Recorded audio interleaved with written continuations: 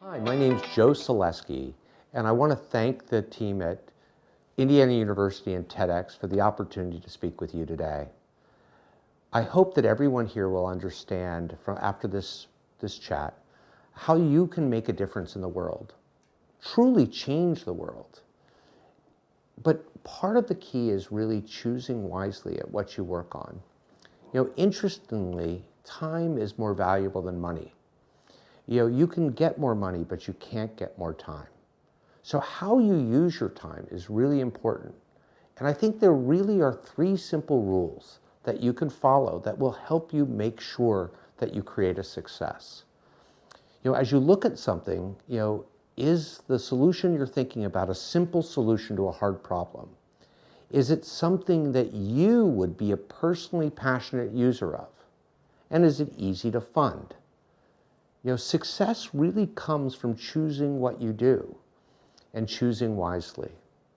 So when you think about that, is it a simple solution to a hard problem? There's a lot of complex solutions to simple problems, but did some new tool or new platform change what was possible and make now something really truly different and truly important now possible for you to do? So let's take a couple of examples. But again, think about this like the red pill and the blue pill in the Matrix, but there's probably going to be more than 2 things for you to choose from. So how does the changing platform landscape make your new solution possible? Why didn't it happen before? Why didn't someone do this before?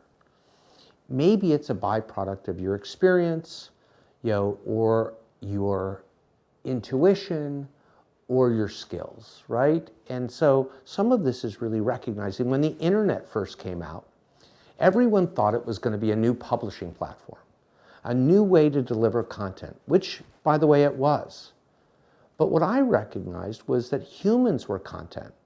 And one of the killer apps of the internet was the ability to send a message and communicate with people across organizations, which didn't exist before. We were sending faxes, which most people don't even know what is anymore.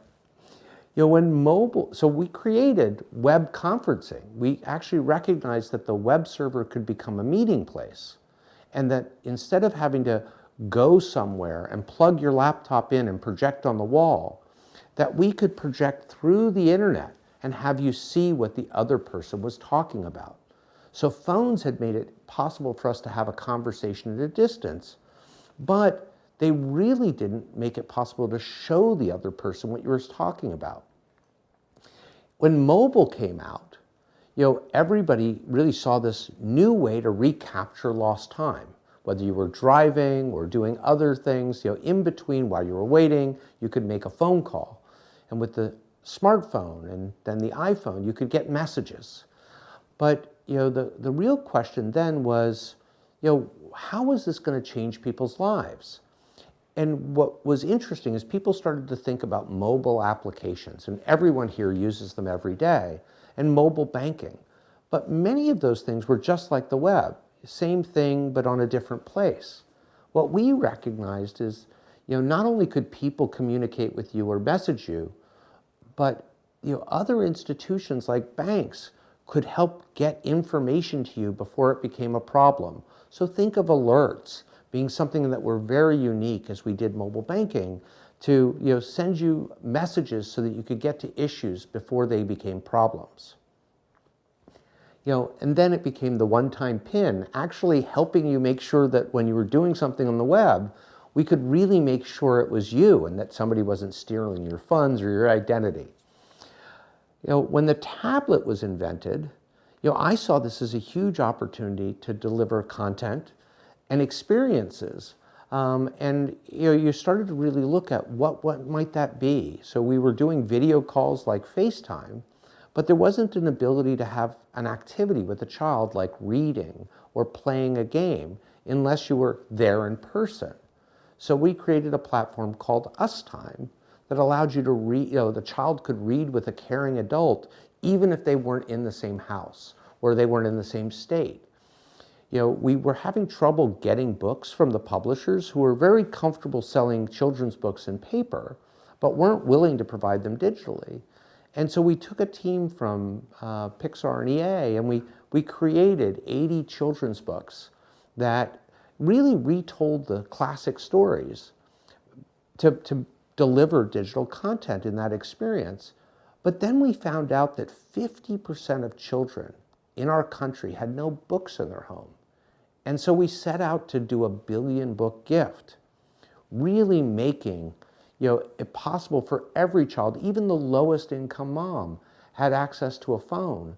So why not deliver content to that device so that they could read with the child side by side, or that a caring adult could read with a child remotely? So a simple solution to that hard problem that I was a personally passionate user of. All of us can remember reading together with a parent or a loved one, but there were 50% of children that were entering school without the benefit of the brain development that was really made possible by that simple action of reading together. I say this to you because, really that 50% of children, your brain plasticity is there, 90% of it in the first 4 years of life. So what was happening to 50% of our population is that they were being denied the opportunity to develop a healthy brain that would let them reach their potential IQ, have the self-esteem of being successful in school and that time with a caring adult. But amazingly, that platform ended up becoming transformed into not only a way to deliver content, but deliver caring adults during the pandemic, tutoring children who needed help in that reading process. So again, I want to, sort of bring it back to, that simple solution to a hard problem, something that you'd be a personally passionate user of. And really then, looking at how does it go to market? Is there a network effect like social media? Is there, some other reason, or partner that's going to help you get that into people's hands? Because when you choose to do something, think of it like getting a graduate degree. It's going to take potentially 4 or 5 years of your life to really help this idea hit its potential of impact and value for others. So you should start the journey because it's a simple solution to a hard problem. It's something you'd be a personally passionate user of, so you're one of the right people to bring it to market. And most importantly, that it's also easy to fund. So again, I want to make it very clear that time is more valuable than money. One thing you can get more of is money, but you can't always get more time. So carefully invest your time when others will invest with you. So early in an idea, you've really got to see if you can build the team that's going to help you bring it to market. That's a financial team, that's the creative team, that's the delivery team. And it really is one where you've got to, something big can frequently be, proven by something small. So how do you go prove this in the market? But know that it'll also take more time than you think. And that you're going to need funds and you're going to need people. Because to get something done, it's normally going to take more than one person to be involved to create that real success.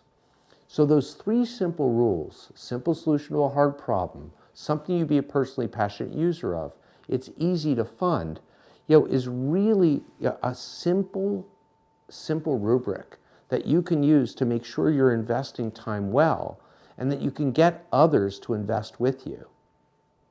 Then you've really got to make sure that you build the right team. Because again, it's a journey and you're going to be on that journey together.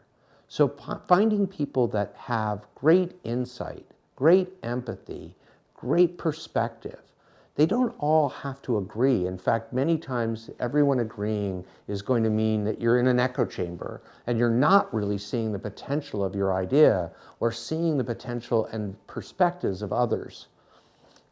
So picking who your funding is coming from or how you fund, Picking who you build with will also be important in making it easy for you to deliver, that value that you seek to provide. So passion, focus, integrity are all financeable. A simple solution to a hard problem makes it easy for everyone to sell investors on and for customers. Everyone underestimates effort, especially in areas they don't know. So, do what's uncomfortable, and know that fear, is there but can be overcome. But, having that sense of purpose, early validation, the idea coming from you is coming from your innovation, your empathy, your experience, and a perspective that you've had the opportunity to develop. Those things being externally validated are going to make sure that you invest wisely. That most precious asset, which is your heart, your time. And, I think there's so much that you can all do together. So please know that you truly can change the world.